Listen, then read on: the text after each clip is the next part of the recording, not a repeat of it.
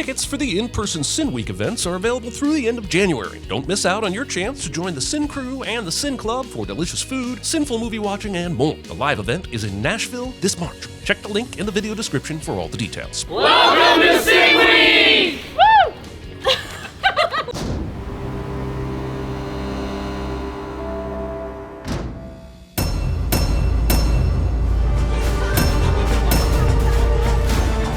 51 seconds of logos. Not drawing the blinds on the sun when it's being this annoying. Nothing like opening up your goofy and comedic action movie with a child on the verge of dying. Between this and Thor Love and Thunder, the summer of 2022 really could have used some lessons on how to use the juxtaposition of tone correctly. The boom slang also became a news position, so we will know what it is when it shows up later in the movie cliche. I'm pretty sure this translates to good luck reading this. We won't dare play the song, but what you are witnessing is the oft-used Bee Gees-induced foot fetish. Also, Brad Pitt is not eating anything in this scene. You would think since they took the time to show you this lost ticket and locker key, both of these missing items would cause an issue later on, but they don't. He picks the lock and shows the train attendant the receipt for his ticket. So why is this shot? I'm filling in for Carver? You picked me second to Carver? I swear this movie has 5% people saying the name Carver. What? It's not impossible that these two ended up on the platform at the same time after bumping into each other while walking in different directions. However, the absence of this convenience would make for less confusance. This wire will be a continuity error later in the movie, but I am working to grow beyond this kind of nitpicking. That's a lie. I'm doing no such thing. Instead, I'm giving it a sin now, and I'll give it another sin later. Please tell me you didn't order the sleeping powder. She just said she knew he requested firecrackers, so how did Maria not know about the sleeping powder? The sin, as always, is sourcing. Hero from Heroes is neither a hero nor a hero in this scene. The bullet train has 16 cars, 10 economy, 6 first class, and remember, only 1 minute stop at every station. For the record, the bullet train in real life does stop for more than 1 minute each time. Train assistants have to be able to get cars in order for the new passengers, and passengers are allowed to get off and buy food or whatever they would like at each of the train stations. These 1 minute time limits at each stop are all the bullshit. Wait, hell, do you mind? Riders have Kimura interact with this cart, so there could be a reason for a British person to point their nose up at someone. Okay, simple snatch and grab. What am I snatching and or grabbing? Discussing your heist plan openly on the train where the people you are stealing from could easily be within earshot makes about as much sense as pretty much anything that happened in ambulance. This tasing is the first of many indiscreet and violent things that none of the other passengers will notice. It's like everyone on this train is on those mood stabilizers from Ad Astra, and that's impossible. Right? Also, there is a little more Die Hard 2 being put into my bullet train than I'm comfortable with, unless, of course, they went with the title Bullet Trainer. Then I would be all for it. You said 6 cars in economy? Except that's not what Maria said. She said, The bullet train has 16 cars, 10 economy, 6 first class. So she should be correcting Ladybug's statement of 6 cars in economy, but she does not. Therefore, she is either a liar or is not a good listener. She's getting a sin for both. Lemonade, lemon drops. Got a sore throat? Lemon meringue pie. When was the last time you ate a lemon meringue pie? These two banter on about lemons for all the British amounts of the English language sometime, because Americans love the accent. No joke, the last time I was riding in the tube in London, there was an advert for Las Vegas that just said, your accent is an aphrodisiac. Now, I'm not saying they're wrong, but we could at least play a little hard to get, America. I mean, we fought a whole war about how we hated tea, and now we're going to just be all, I know we fight, but I want you back, baby. What was I sinning again? I have the case. Well, that's great. Ladybug finds the MacGuffin 11 minutes into the movie because, well, it's a MacGuffin, and we have citrus fruits that need to be discussed. You watch something nowadays, what is it, huh? Nothingness. Twists, violence, drama, no message. What's the point, huh? Is the movie making the argument for me to stop watching the movie? Because it feels like the movie is making the argument for me to stop watching the movie. Everything I learned about people, I learned from Thomas. I hope you find Fastos going on and on about Thomas the Tank Engine funny, because it happens another 1,732 times. Some people are diesels. Chekhov's train sticker. Yeah, you seem like a pussy. You take that back. Logan Lerman has also done films like The Perks of Being a Wallflower and Fury. He's definitely more than just a Percy these days. Wait, did I just use the movie Fury in a positive way? Jesus. Sorry. That was on me, guys. We're 17, goddammit. I want to fucking strangle you. Do you mind if we do this right now? These two arguing over body counts, as if that will make us more interested in non-sequential storytelling or the flashback sequence we're about to watch. The song playing right now is by Engelbert Humperdinck, and we certainly won't play it because, well, it's Engelbert Humperdinck. And for some reason, the movie thinks that pairing a violent and gory scene with anachronistic or unexpected music is what passes for style these days, which is why you never Engelbert Humperdinck without a condom. Free all souls with swords. Bringing swords to a gunfight works because the writers had Lemon run out of bullets and Tangerine run out of guns just in time to make everyone here look like arseholes. How about a wagon wheel? Strange request, but okay. So rock me, my... Hey, buddy. Hey, buddy. You okay? Director cameos that try to be self-deprecating while not realizing how egotistical it is to put yourself in the movie to begin with. He's not a monster. He didn't make it sit through it 5 times. He just cut once, didn't he? Obviously, the act of cutting the fingers off, no matter how he did it, still makes the White Death a monster. But more importantly, how did he cut 5 fingers off at once without taking most of the hand as well? I mean, I don't want to see it, although I kind of do, but I really don't. Although I kind of do. Lemon, where's the briefcase? Oh, sachet. It may seem stupid for them to let the case out of their sight, and it is, but there really was no other way to keep this story rolling down the track. By the end of this movie, we're all going to realize how much of a coincidence is chance in a fate salad it was for the wolf and ladybug to be here in the same place at the same time. But the writers should know that creating this plot ex machina of a universe won't prevent it from being sinned. My parents call me Melinke Prince. That means little prince. Obviously, they wanted a boy. Except we'll find out later she is the White Death's daughter, and therefore the son's sister, so that means her parents did have a boy, and what she really means is that her parents didn't want a daughter. Therefore, this line of dialogue is to throw us off of a twist that happens later that we couldn't give 2 shits about. Yay.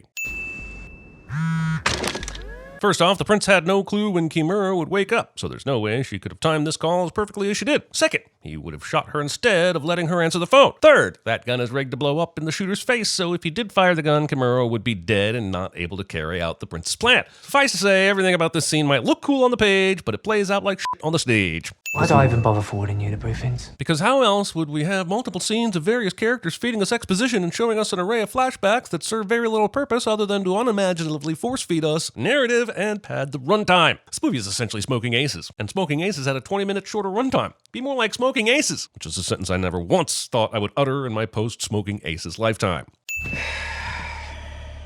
The Japanese underworld used to be ruled by a man named Minagishi. You know you've gone too far with your flashback position when Aaron Taylor Johnson seems more upset about delivering it than your audience is about hearing it. By God, this sequence couldn't be ripping off Kill Bill more if someone had actually said, hey, we should go kill Bill now. Drunk driving accident or some shit. There's drunk driving, and then there's soaking the whole vehicle in Bacardi 151. And I know that the real story behind this is much more sinister and much less accident, but even then, the 151 seems necessary for the vehicle to burst into flames like this. But I'm not in someone else's story. You're all in mine. The f*** does that have to do with me? Kimura would have a cheeky nickname like all the other characters at CinemaSins. You still got that vest on, ya? Oh, no, let's give you a false sense of security. Except for this one, which you're using to give the viewer a false sense of insecurity while simultaneously confusing them with a lie that comes out of nowhere and seemingly has no motivation. All right, I'll admit that I've never exchanged briefcases in the middle of a desert. But whether or not this is an established protocol for criminal activity, parking your cars like this looks both foolish and like a huge time suck. I'm struggling to see the benefit outside of creating a good composition for the cinematographer. And if it turns out that this is what cartels actually do, they should know that I support them, both emotionally and intellectually. Finding your beach. Cool open-air double vanity, but where's the shitter? Everyone vomiting blood is a super effective way to generate fear surrounding the snake's poison, but stop showing vomit! What is this, the highest coat pocket ever designed? Seriously, his phone had to be up by his shoulder for this to work. This entire fight sequence, which ends in a murder, is allowed to go on uninterrupted. No random passengers or workers walk through, and none of the cameras on the train pick this up. Someone would absolutely see this, and the train would be stopped immediately to have its cavities searched. Also, he pulled a phone through a knife-sized hole in a coat with an ease I have never experienced just pulling my phone out of the pocket of my jeans. Also, Ladybug just shrugs off the 3 inches of knife that made it through the phone. And as my college girlfriend would constantly reiterate, 3 inches may not do much damage, but it's certainly a length you will regret having inside of you. Wait a second. Also, to the third, movie will spend 3 minutes and 7 seconds on a flashback developing the character of Wolf, and then we'll kill off this character in the present 2 minutes and 7 seconds later. Movie spends 1 minute longer setting up a character than it chose to let him live. What the fuck is the point of all these flashbacks? Ladybug is super concerned about his fingerprints being on the knife, but he has no issue with the fingerprints he got on the bottle, the trash can, and pretty much everything else in the room. This planning is illogical, hypocritical, and theatrical. At least that's what I think-ical. Isn't my mum on it? Better question, who the f*** is watching it at 9 a.m. on a Thursday? I'm pretty sure even the kids in Japan are in school by 9 a.m. Where's the flashback for this? You know, to really flesh out the important details. Excuse me. You are f***ing excused. Everyone knows you let the passengers off the train first, so this contrived bit of bullshit is just here to perpetuate the besmirching of the name Karen. Ladybug stops in his tracks because he sees a gun. I'm on board with that. But then we get a mini flashback because the same guy who couldn't remember the front of the wolf's face can all of a sudden identify Lemon from one glance at the back of his head. Everything about that punch is hilarious, but deep down inside, mascots are people too. Boss, that wasn't a minute. He's right. Even with his momentary flashback included, that was only about 45 seconds. I missed my stop. Why? A contrived plot scenario designed to keep the protagonist, who's not even supposed to be here today, on the train. Was I close? The twins? Yeah, not so sure they're twins. Stop it. Everyone knows they're twins. And this is supposed to be funny because of race? Movie. You missed another opportunity for an informative flashback about this joke. Hello. The White Death would like to know why you stepped off train. Maybe Tangerine stepped off the train, maybe he didn't. The movie certainly didn't show us, but we did see Lemon stepping off the train. So maybe this guy thinks that Tangerine is Lemon, or that Lemon is Tangerine. Hell, maybe he thinks that Lemon is Lime. The point is that Grant Hill drinks Sprite. The movie's dialogue is confusing, and I'm tired of talking about citrus fruit. For within every wall awaits a window. Oh wait, it's a door. Real quick, every day is f***ing headache with you in it. Says the guy who forces everyone to listen to his Thomas the Tank Engine metaphor speeches. Shh. This lady is more concerned with Lemon and Ladybug being quiet than she is about the obvious gun she would be able to see sticking out of Lemon's pants. Movie wants me to believe that passengers sat in this train car for any amount of time without suffering permanent injury from prolonged exposure to this lighting. I'll call the conductor. Eat a bag of dicks, lady. If Ladybug cared so little about this woman hearing him that he would ask her to eat a bag of dicks, then why go through with the I'm just typing on my laptop ruse? Using the sleeve of a corpse to wipe your nose. A lot of phones do allow facial recognition when said owner's eyes are closed, and that is some bullshit. There's another body here. Let the bodies hit the train. Let the bodies hit the train. This works. What is this train made out of? Biscuit tins? That one's for the Brits. You're welcome. I'm like MacGyver. You are not. Hair is not enough to pass muster with this particular proclamation. Flashbacking news position in boots. Hey, bro. Sudden magic, Mike. Whoa, is this the sex stuff? It's amazing to me that in 2022, movies are still trying to pull off these, oh, see, it's funny because he thinks it's a gay thing jokes. But here we are. I wonder how he'll do it. Maybe a pillow to the face. Well, the kid is hooked up to a ventilator, so the pillow on the face wouldn't really do much of anything. He wasn't trying to control fate as much as punish the person who harmed his son. How do you know that wasn't his fate? Won't be needing this anymore. But I'm sure a different character will, so it's good that it will be patiently waiting for them under that chair. Bring the White Death to the man who killed his son. Yeah, but Glasses didn't do it. I can give a rat's Look, I'm ass. telling you, I read him. He's not the type, mate. And why do you know this now as opposed to earlier when you were absolutely certain he was a diesel? If this is like the to truly know a person you must fight them thing from Pacific Rim, we're going to need the 200th flashback of this movie to explain that to us. The old Punch and Judy. Batty Buddies have done the same gag so many times, to get out of jams and such, that they have given those plays names cliche. Littering the cigarette that you only lit 10 slow motion seconds ago. And the White Death's son? Yeah, he's there. This works, Chapter 2. 7 more minutes, and I'm off this train. Wait a sloppy second. Why are you still in the train? Last we saw, you had just evaded Tangerine and the train was about to stop, so ATJ could do a sexy strut. Why didn't you hop off when everyone was clearly distracted? If I had one in the chamber, I would rock this bad boy right now. Boundaries. We need boundaries. Maria would be #1 with a bullet train at CinemaSins. What the f*** are you doing? I am doing the same thing that I did to the gun in your hand. Are you sure? I don't remember you using the gun bomb as a reason to deliver exposition about when, why, and how you need a gun bomb. He was poisoned. The assassin goes by the name of the Hornet. Was the poison just sprayed on the surgical instruments? All the people that died at the wedding had to eat the cake for it to work. What, was he putting these tools in his mouth?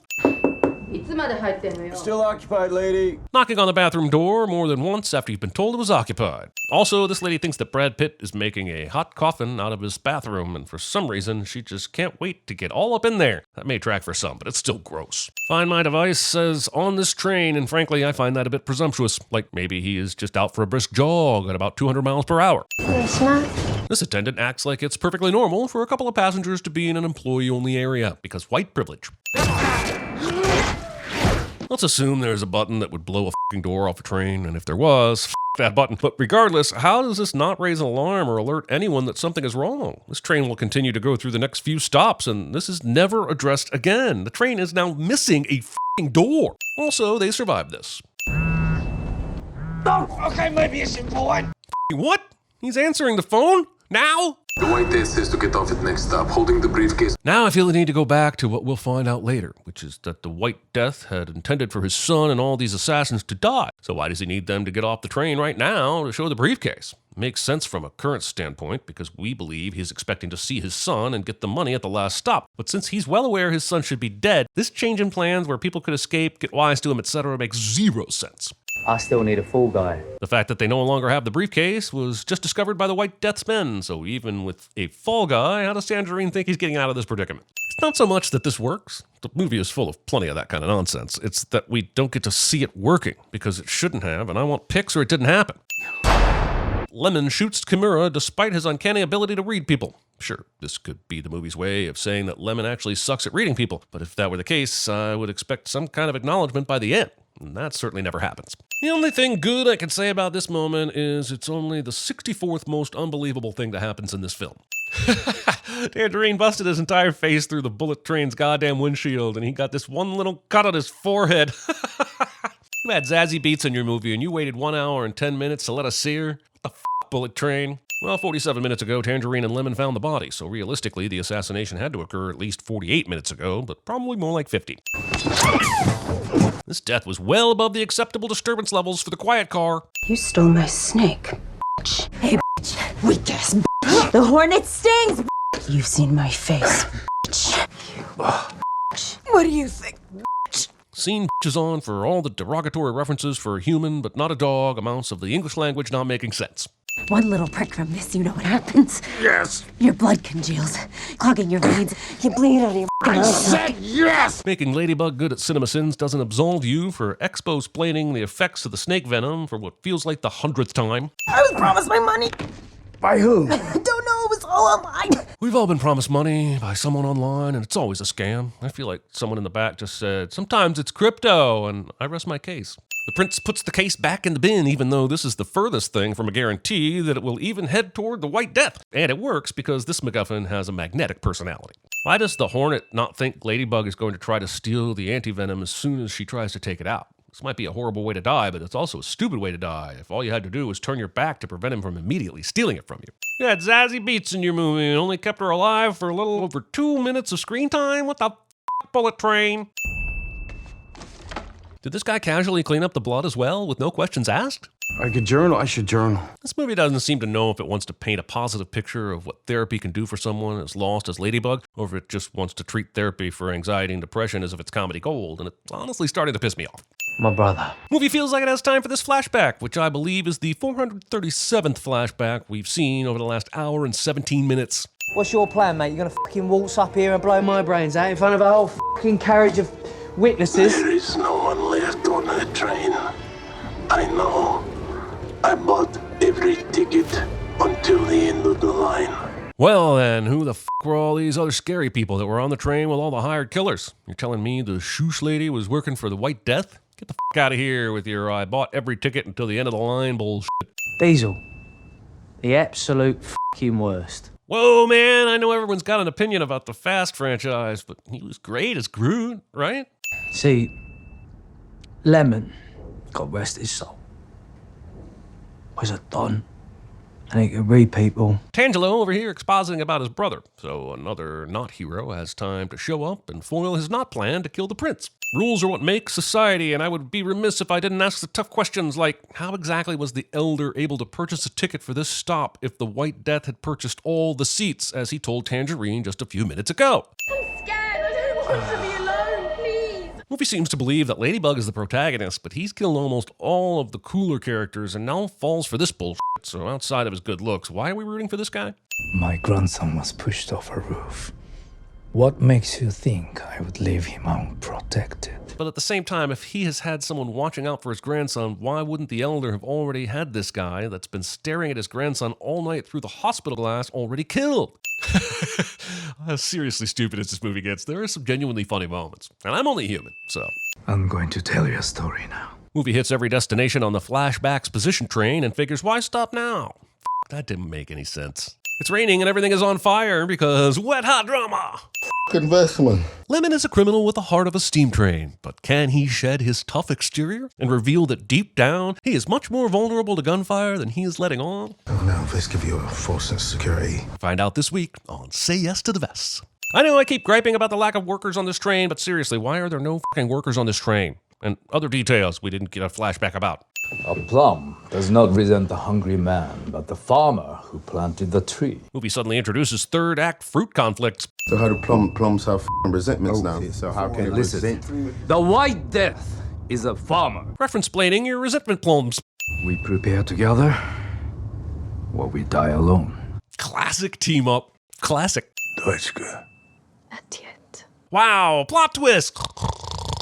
Oh, everything's in Japanese. Being this shocked that everything is written in Japanese on a Japanese train in Japan.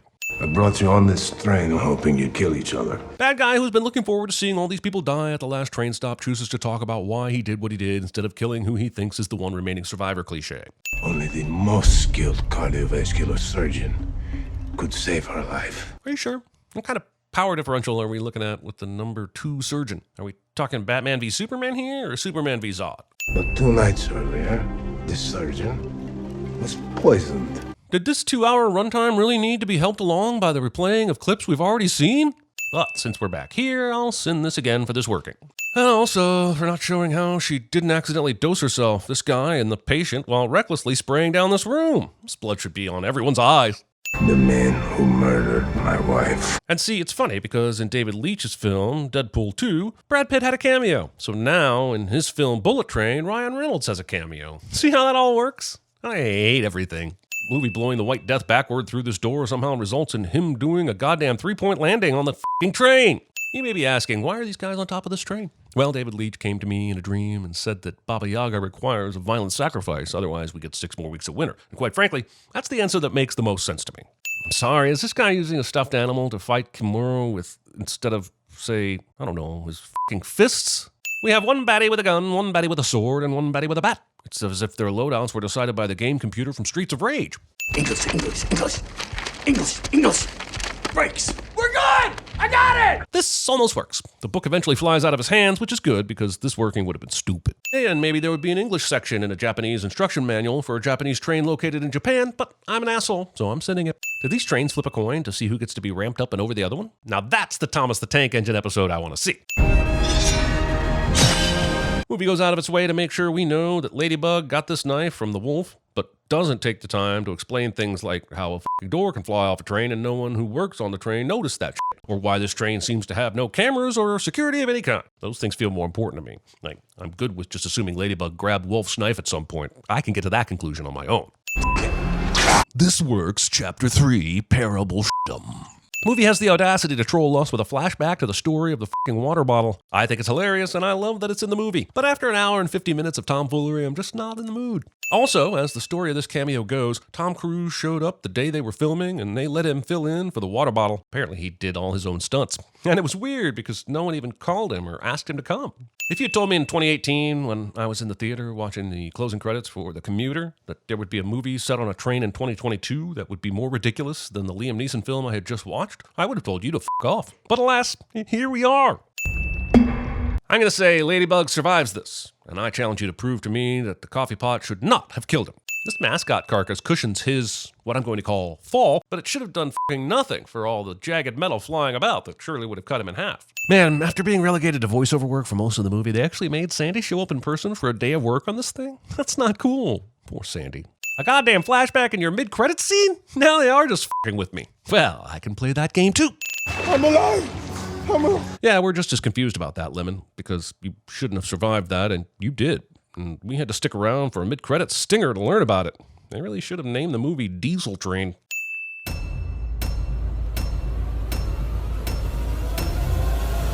I don't know. I don't know where Snakes on the Train is. Be glad to watch it.